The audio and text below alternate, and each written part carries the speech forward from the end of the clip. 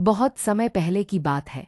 एक शांत से गांव के किनारे एक बूढ़ी महिला रहती थी। सब उसे दादी कहकर बुलाते थे। उसका अपना कोई नहीं था, न बेटा न बहू, बस एक टूटी सी झोंपड़ी और पास में बहता एक तालाब ही उसकी दुनिया थे। मगर उसकी सबसे बड़ी पूंजी थी वो छोटी सी सुनहरी मछली, जो तालाब के बीचों बीच रहती थी और रोज सुबह जल की सतह पर आकर दादी से बातें करती थी। वो कोई साधारण मछली नहीं थी, बल्कि एक जादुई मछली थी। दादी जब भी कुछ मांगती, वह मछली अपने चमत्कार से सब ला देती, चाहे वो गरम रोटी हो, सर्दियों के लिए कंबल, या फिर बीमार किसी ग्रामीण के लिए औषधि। मछली सब कुछ ला देती। धीरे धीरे गांव वालों को भी पता चल गया कि दादी के पास कुछ खास है, मगर वो सब चुप रहते, क्योंकि दादी किसी से कुछ नहीं छुपाती थी। एक दिन गर्मी का मौसम था, सूरज सिर पर चढ़ा था। दादी तालाब के किनारे बैठी थी और मछली से बातें कर रही थी। तभी तालाब के शांत पानी में हलचल हुई। एक लंबा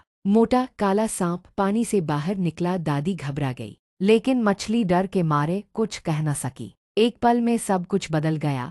वो सांप मछली की तरफ लपका और उसे निगल गया। जैसे ही मछली उसके पेट में गई, सांप झट से जमीन पर गिर पड़ा। उसकी आंखें घूमने लगीं और वह बेहोश हो गया। कुछ ही देर में गांव का एक मशहूर सपेरा कालू वहां से गुजर रहा था। उसने सांप को देखा और सोचा कि ये तो बहुत भारी माल है, इसे पकड़कर शहर ले जाकर खूब पैसे मिलेंगे। वह सांप को अपनी टोकरी में डालने लगा, लेकिन उसे महसूस हुआ कि सांप असामान्य रूप से भारी है। जैसे तैसे सांप को लेकर वह अपनी झोपड़ी तक पहुंचा। झोपड़ी में जाकर उसने देखा कि सांप अब भी अचेत है और उसका पेट अजीब तरह से चमक रहा है। कालू ने अपने जीवन में ऐसा कभी नहीं देखा था। कालू ने सांप के पेट की चमकती जगह पर हाथ रखा और तुरंत समझ गया कि इसके अंदर कुछ असाधारण है। अपने डर को किनारे रखकर उसने एक धारदार चाकू उठाया और धीरे धीरे सांप का पेट चीर दिया। जैसे ही पेट खुला, एक सुनहरी रोशनी झोंपड़ी में फैल गई। मछली बाहर निकली बिना किसी घाव के, पूरी तरह सुरक्षित।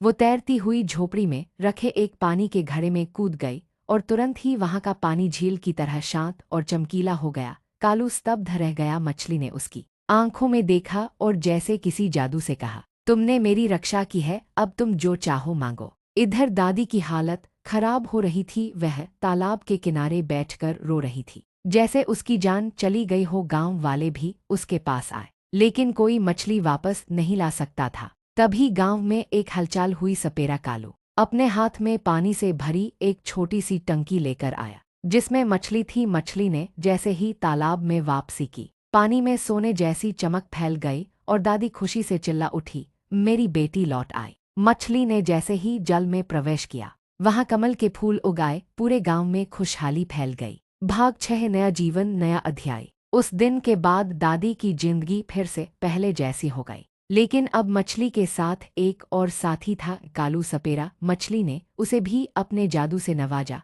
अब वह गांव के लोगों की मदद करता, बीमारों का इलाज करता और दादी के साथ तालाब की रखवाली करता। मछली ने दादी से कहा, मैं वापस आ गई हूँ, लेकिन अब सिर्फ तुम्हारे लिए नहीं, इस पूरे गांव की भलाई के लिए यहाँ रहूंगी। गांव वालों ने मिलकर तालाब के चारों ओर एक सुंदर बगीचा बनाया और हर साल उस दिन को मछली पर्व के रूप में मनाने लगे।